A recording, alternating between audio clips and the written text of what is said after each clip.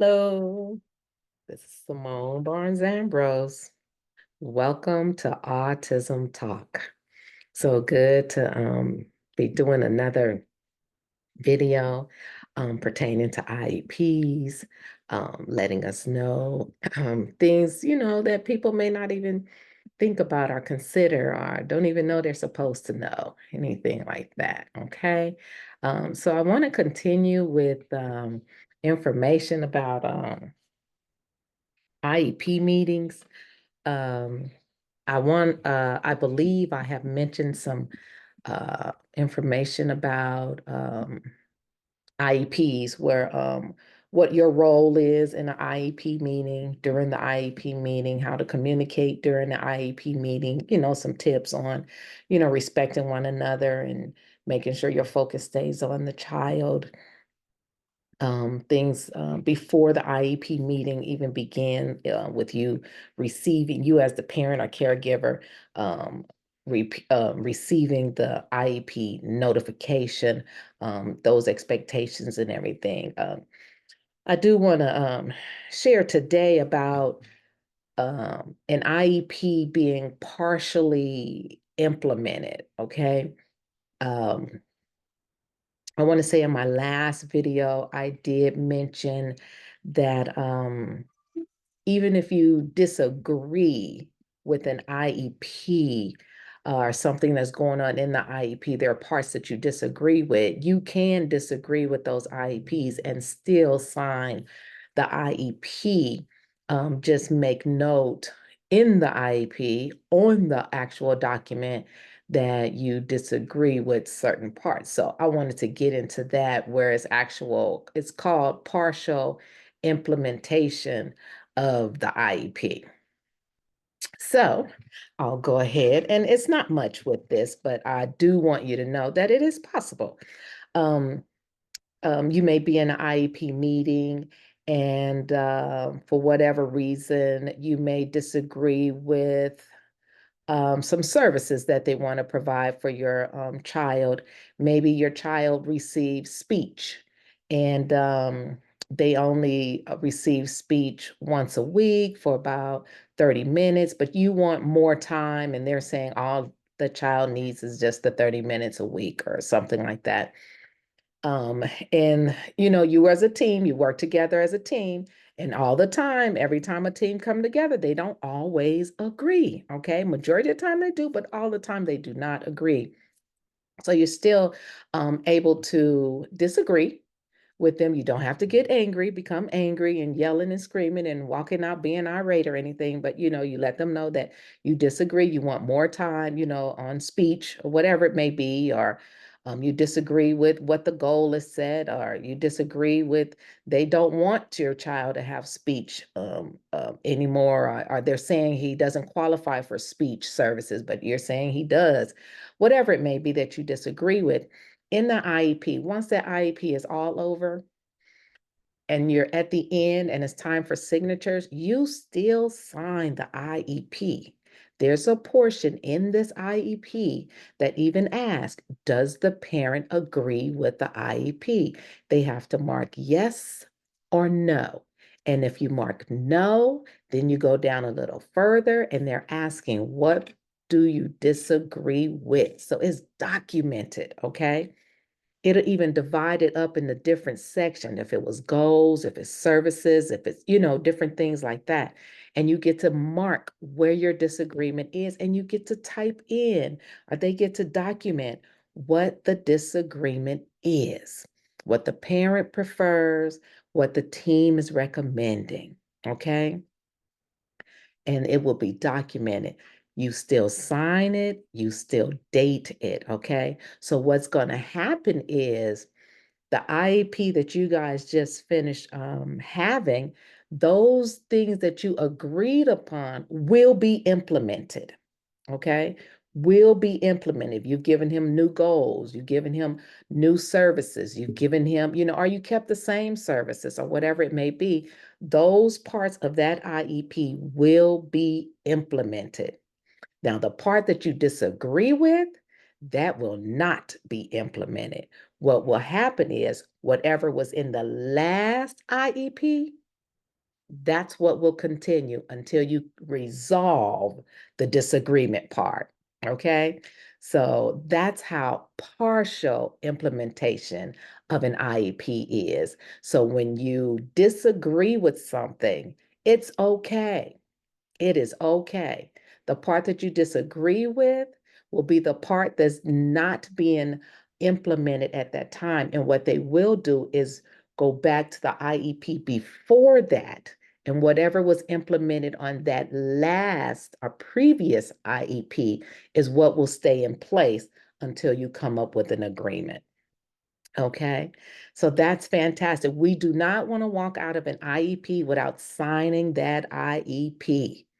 Then that means we don't have a legal document to start implementing at that time. So all those goals, all those the data, the information, the conversations, the collaborations, the agreements that you've come up with, if you do not sign that IEP is not being implemented. Okay? We need full agreement on parts of, of the IEP. Now, let's say you don't agree with anything, any part of that IEP, then I would say you definitely have actions to take for that. And that would be you, as I mentioned earlier in another video, where you can uh, have an IDR, independent dispute resolution. Um, and it can be taken to another committee to try to come up with an agreement for the IEP, okay? And seeing what your interests are, what the team is recommended, and see what's best for the child, okay? I just want you to keep that in mind. It's always focused on the child, on the student, what's best for the student.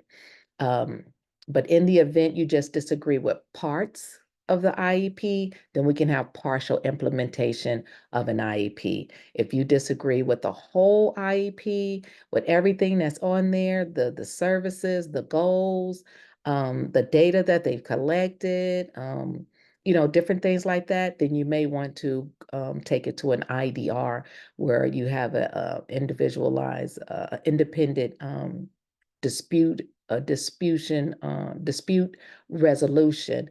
And then, like I said, that's taken to another committee that's helping to resolve the concerns of both parties. Okay. Now, I want to reiterate, if you do not agree with all parts of the IEP, you may sign in consent only for those portions of the program with which you agree. Those portions that are agreed upon will be implemented, okay, without delay. Once you sign it, date it, they get to put that IEP in effect, okay? If you consent with the IEP and later you disagree with any part of it, you're like, I want to change this, or I don't agree with that. You may request in writing, you do it in writing, an IEP meeting to discuss those concerns. Okay. You changed your mind later. You get to, in writing, notify the school, notify the case carrier for your child, and let them know that you would like to have an IEP meeting discussing those concerns that you disagree with. Okay. So don't think like I'm stuck with that decision. You get to come back and revisit. Okay. You are allowed to ask for an IEP meeting yourself. If you consent to the IEP and later decide you disagree, you may revoke your consent in writing. Okay. And this action is not retroactive. The student will exit from the special education. And if in the future you seek a re-enrollment in special education, the request will be treated as an initial assessment. That's only if your child is under an initial evaluation for special ed services. And let's say this is their first time being evaluated for special ed services, and you were in there and they came up with all their findings, the data, everybody presented their expertise and you were in agreement. You're like, yes, yes, yes, yes, I agree. And you sign the IEP and you want your child to receive these special ed services. And then later you're like, I don't want him to get these services. I do not want him to participate in a special education program at all.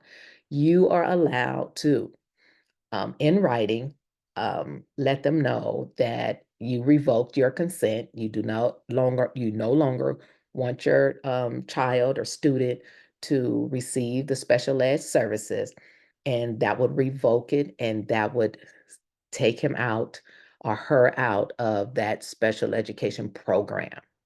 Now, if you decide later on, like, oh, I guess, you know what, maybe I was wrong. Maybe, I could put him back in, or he does need those services. Because after a while, you see that he's struggling, he needs some support. And you're like, oh, maybe I should. I'm gonna go ahead and do it. When you redo it again, they're gonna act like it's an initial all over again. They're not gonna pick up from the last assessments, the last data. They're gonna start all over again from the beginning. Okay, that's if you agree to your child having special ed services, and this is their initial. This is their very first time being assessed for special education services. um, you can revoke your response.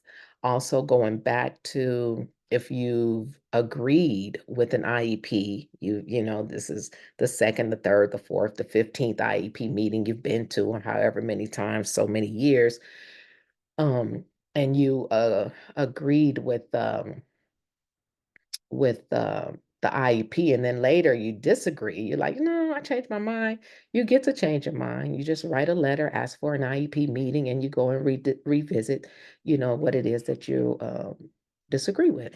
Okay. I hope this helps out with understanding partial implementation of an IEP. I don't want to give you too much information, but I want to give you just enough, so that you can be educated and be well versed in IEP meetings. And when you go into one, you'll be, comfortable and with some knowledge. Okay.